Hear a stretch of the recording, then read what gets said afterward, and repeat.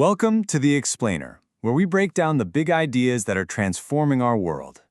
Today, we're talking about a fundamental shift in education, one that's all about moving students out of the passenger seat and putting them squarely behind the wheel of their own learning journey. So let me start by asking you a question. Think back to your school days. For most of us, the scene is pretty familiar, right? A teacher at the front of the room, talking, and a classroom full of students listening quietly. We all know that model. But here's the real question. In the world we live in today, does it actually work? Well, a growing mountain of research, including major national strategy plans from countries like Thailand, is suggesting that the answer is a pretty clear no. It seems this traditional model just isn't cutting it anymore for the challenges of the 21st century. Here's the core of the problem. That classic approach, it's all about memorization. The source materials even describe it as a system where knowledge is just poured from the teacher's head into the students.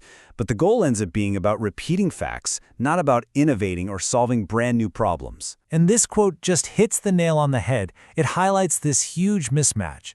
The old way was all about individual achievement, being competitive. But the skills that are in demand today, the ones that modern economies are built on, are all about teamwork, about creative thinking, and solving things together. So, if that old way is the problem, what's the solution?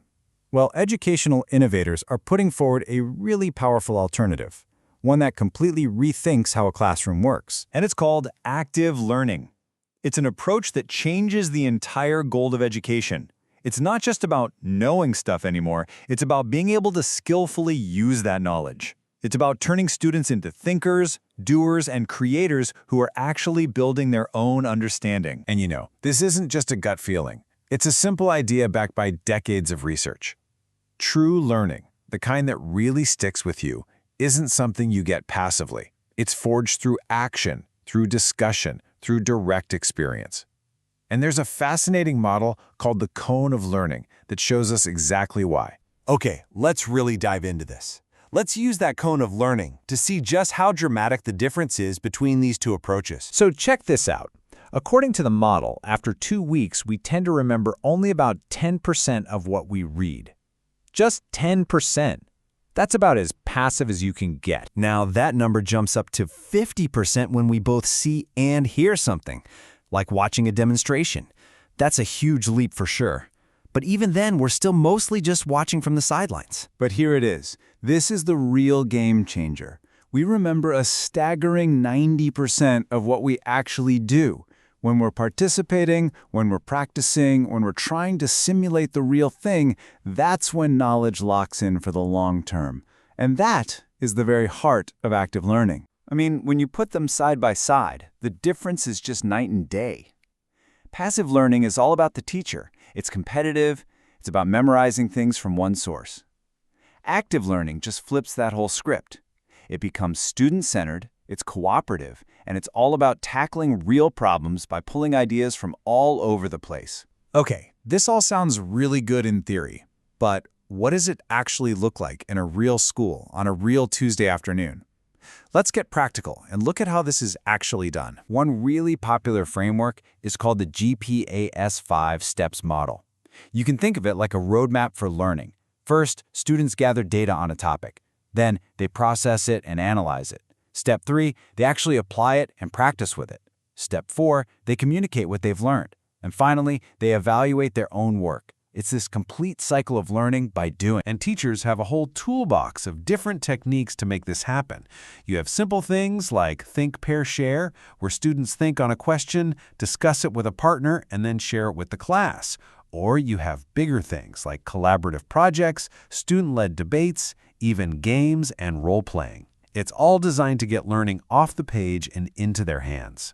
So, the most important point here is that everyone's job in the classroom totally changes. The teacher goes from being the sage on the stage to the guide on the side. They're a facilitator, a coach. And the student? Well, they're no longer just a passive receiver. They become an active creator and a problem solver. Okay, I know what you might be thinking. This sounds wonderful and inspiring, but does it actually work? Does it produce better results? Well, let's take a look at the data. A study in Thailand tracked a school that fully adopted this model. And the results? They're pretty striking. As you can see, before they started, the average student achievement score was just under 48%. After just 1 year of active learning, that score jumped to over 56%. That's an 8.65% increase. In the world of education, that is a huge leap. And get this, it wasn't just a win for the students. The same study showed that the teachers who got trained in these methods saw their own understanding of these principles increase by over 50%. So it's a powerful tool for making great teachers even better. So how did the educators actually feel about all this? Well, it's probably no surprise that satisfaction was through the roof. Administrators and teachers were overwhelmingly happy with the change. They saw the positive impact with their own 2 eyes, and they embraced a more effective and engaging way to teach. So the evidence really speaks for itself. Active learning engages students, it empowers teachers, and it just flat out gets better results. It shifts the focus away from just remembering facts to actually being able to use them to solve problems. It's preparing students for the real world. Which really leaves us with one final big question. If we know learning by doing is this powerful, what are we waiting for?